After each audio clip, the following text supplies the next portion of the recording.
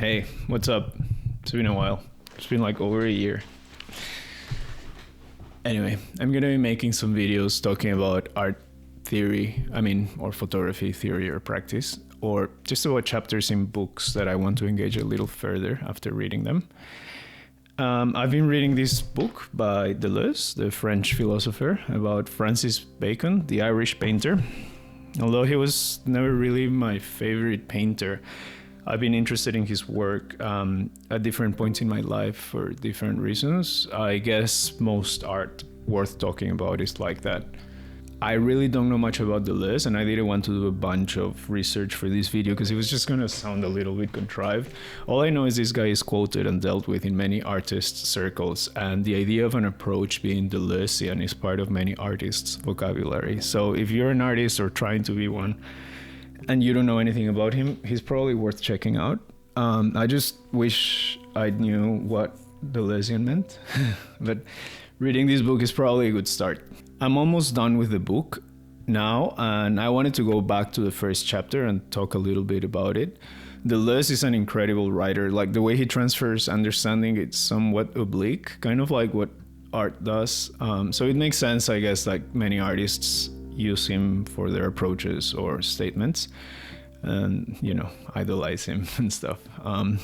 So the book itself deals with different aspects of Francis Bacon's paintings. While each chapter could be considered to be a self-contained essay, they build on the previous ones and the level of complexity ramps up steadily. I don't want to sound like Mr. Bean talking about Whistler's mother, so I decided to talk about the first chapter only, just concentrate on that, which is fairly easy to grasp, especially if you're familiar with Bacon and painting in general. The chapter is called The Round Area, the Ring. It deals with the limits Bacon defines within his paintings, where the subject or figure is designated to perform or pose.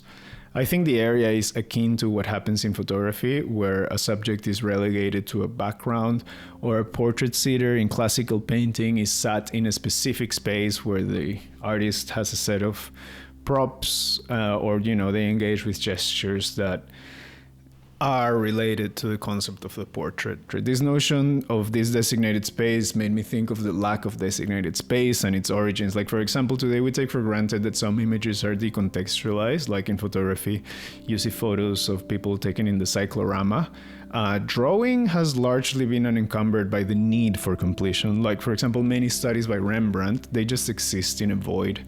But when it comes to painting, I thought of Manet doing his pilgrimage to Spain in the middle of a cholera outbreak to see the work of Diego Velázquez. I quote Laura Cumming from her book, The Vanishing Velázquez. In the long galleries of the Prado, Manet found the painter of painters, quote, worth all the misery and exhaustion of the trip, end quote. But he also discovered what would become for him the painting to end all paintings, Velázquez's portrait of the court performer Pablo de Valladolid. Pablo makes a momentous appearance. Out of thin air, his dark figure flashes up in the glowing void of the picture, a burning black shape in an empty space, anchored by nothing but shadow. There is no floor, nothing to hold him there but his own commanding presence in the solo show. The sheer suddenness of the image amounts to an entrance. I guess the backdrop is not strictly nothingness, really. Velázquez made sure there was texture. Many of my colleagues would call it nude canvas or something like that. There's different textures to play with in a photographic studio.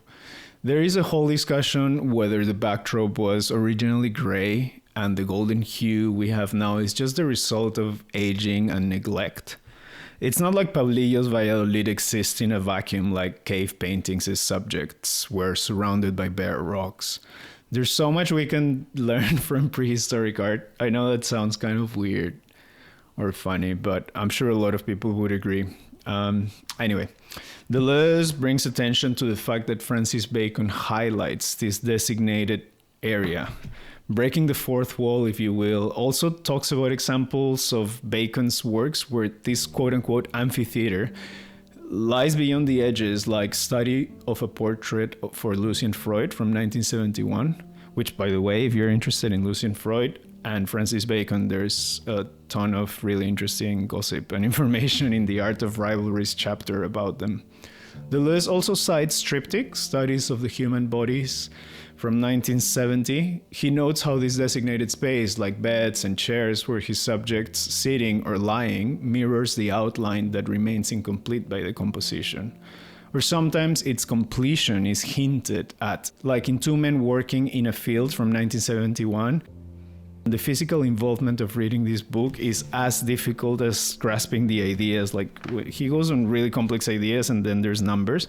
And when you go back, each number corresponds to a painting that's not reproduced. So, I don't know, it's difficult. On the preface of the 1981 edition, there's mention of a second volume that contains the paintings in the order cited by the book, which would be amazing. But I wasn't able to find this second volume anywhere, and I have asked some die-hard Deleuze fans, and they're like, nope, maybe it was never published. Deleuze also notes how these spaces are not only amphitheaters, but can take the form of a parallelepiped, as in Ep.5 from 1949, or the triptych from 1969 entitled Triptych, 3 Studies of Lucian Freud. Now, I had to look up what parallelepiped means, and it is this shape. So what a cube is to a square, a parallelepiped is to a parallelogram. Now, strictly speaking, none of these seem to be parallelepipeds. The 3 studies of Lucian Freud are enclosed in cuboids in which a corner has been stretched, and the Ep.6 definitely looks like a cube. Kind of like a glass cube where relics would be displayed. This painting is part of a series modeled after Velázquez's painting of Innocent X from the 17th century, to go back to Diego once more. Deleuze notes that these enclosures or areas don't serve as restraints for the figures, but instead the relation of the figure to its isolating places defines a fact. Now, this part is kind of difficult to grasp. He goes like, the fact is what takes place is. The isolated figure becomes an image, an icon. Now, when we think of the word icon, I think of religious art, right? This is interesting and can be confusing because an icon in religious art is dependent on the Bible or its devotional purpose. And in semiotics, an icon is dependent on its reference, so they depend on something else. However, Deleuze is clear about how he thinks it is the figure's relationship to the quote-unquote isolating places as opposed to its iconic value to an exterior referent that defines the fact. The fact in this context makes us think of a truth that is self-contained in the painting. Even if it is something that seems to be unfolding, it is limited to the constraints of what the painting is able to articulate, as opposed to the painting being part of a longer narrative arc, like, for example, a 35mm frame is of a feature film. If this was the case, then we would have to create our own before and after of what the painting offers. And this speculation would be dictated by our own subjectivity, and therefore the painting would cease to be a fact. Does that make sense? Anyway, Deleuze quotes Bacon on why he uses these round areas and cubes, and he says that it is to avoid the figurative, illustrative, and narrative. Now, when we think of the word figurative in painting, it really only came about with abstract art as a way of describing art that is modeled after nature. You know, that there's all these parents that go like, oh, my kid could have done that. Well, figurative art is all the stuff that their kids couldn't have done competitively. The Tate Museum website offers a definition that we can use here. The term has been particularly used since the arrival of abstract art to refer to artists that retain aspects of the real world as their subject matter. Though in a general sense, figurative also applies retrospectively to all art before abstract art. The key word here is aspects, which is a very open-ended word. The definition could have easily used a more conclusive term like appearances or physical resemblance, but aspects entail gestures, narratives, and interactions between subjects within a painting that are relatable to our own world. And this is something Deleuze decides to deal with beautifully. He acknowledges that Francis Bacon's images retain a relationship to the objects or people they are representing. This, in many people's minds, would make it figurative art. In fact, if we go back to the Tate definition, they use Francis Bacon as an example of figurative painting. What Deleuze argues is that isolation of the pure figure in these structures, the cuboids or parallelepipeds, is a way of escaping the figurative. quote unquote, oppose the figural to the figurative. This is still a bit confusing for me, so let's use a completely different example to explore this idea a bit further. Liberty Leading the People by Eugene Delacroix. There's a bunch of different characters representing different supporters of the French Revolution, which in French society, French. If we grab this revolutionary urban worker kid, complete his foot with liberty's foot, isolate him in a field of color, enclose him in a cuboid, we have forgone many aspects of the real world that Delacroix's original tackled. Not only culturally mediated aspects like narrative, social standing, class, representation of gender, historical context, gesture, and affect, but also fundamental qualities of how the world is experienced by our eye, like texture, light, volume, inner shapes.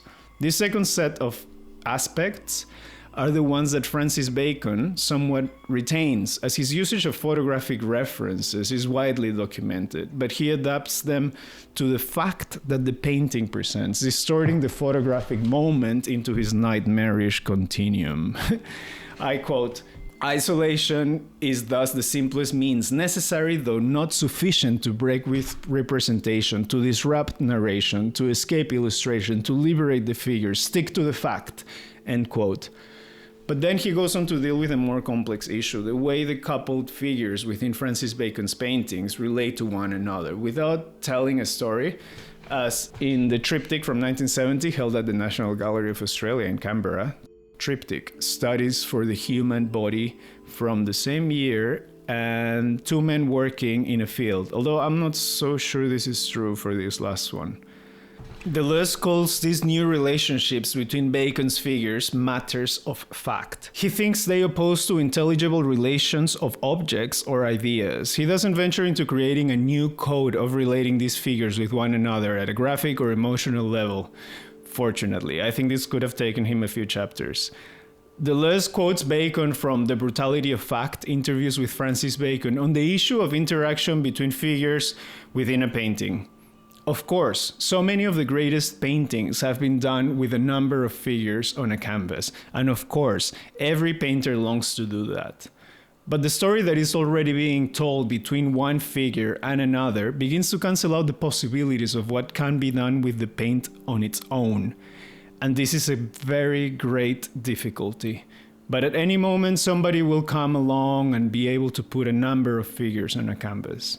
This is an interesting quote, and I'd be keen to read the rest of the interview to gain some context. I looked it up online to see if somebody had posted it, but nada, and I'm not going to be buying any more books until I read what I have. I was surprised that Deleuze didn't go a bit deeper on what Bacon calls the possibilities of what can be done with the paint on its own. To me, this suggests a dichotomy between the figuration of tableaux vivants from the past and the purely painterly experience of, say, abstractions, where the physical properties of the medium itself jump to the forefront.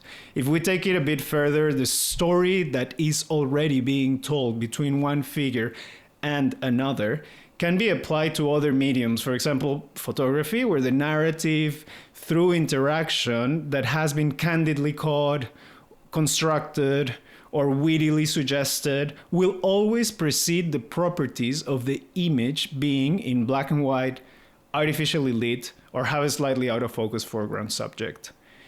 I'd only consider this last one to be the sole domain of photographic language, and I could say that the interaction of Dede Weasley with the maid begins to cancel out the possibilities of what can be done with photography on its own. Would I recommend this book? Yes, I enjoy Deleuze's voice and the way he laid down his understanding. There are very rigorous elements to it, but the delivery and structure has a conversational element, which gives the experience a sort of like a natural, almost musical flow. For example, this bit, it's like he's talking to you. What fills the rest of the painting will be neither a landscape as the correlate of the figure, nor a ground from which the form will emerge, nor a formless chiaroscuro, a thickness of color on which shadows would play, a texture on which variation would play. Yet we are moving ahead too quickly. End quote. I really don't think this book is essential to enjoying Francis Bacon's paintings. I'd actually recommend just going to see them in the flesh. Pun intended. And, just get really close and look at the way color is layered and how they interact with each other, forming tiny gradations, sometimes delineated by mark making, sometimes smoothly blending with one another. At this myopic level, each painter feels so intimately different, and stepping back and having these tiny abstractions coalesce into a whole, it's so much fun. So yeah, that's how I kind of related to his work. And that's how I would recommend. Now, what's the point of going through this whole complex thing? So I just think for example, Francis Bacon, just forming an emotional opinion about his work took me quite a few years. I mean, different people have different processes, but once you form that emotional opinion, you can start forming a rational one. I think that's a good order to go about it. And the rational opinion complements the emotional one, if that makes sense. Anyway, see you soon.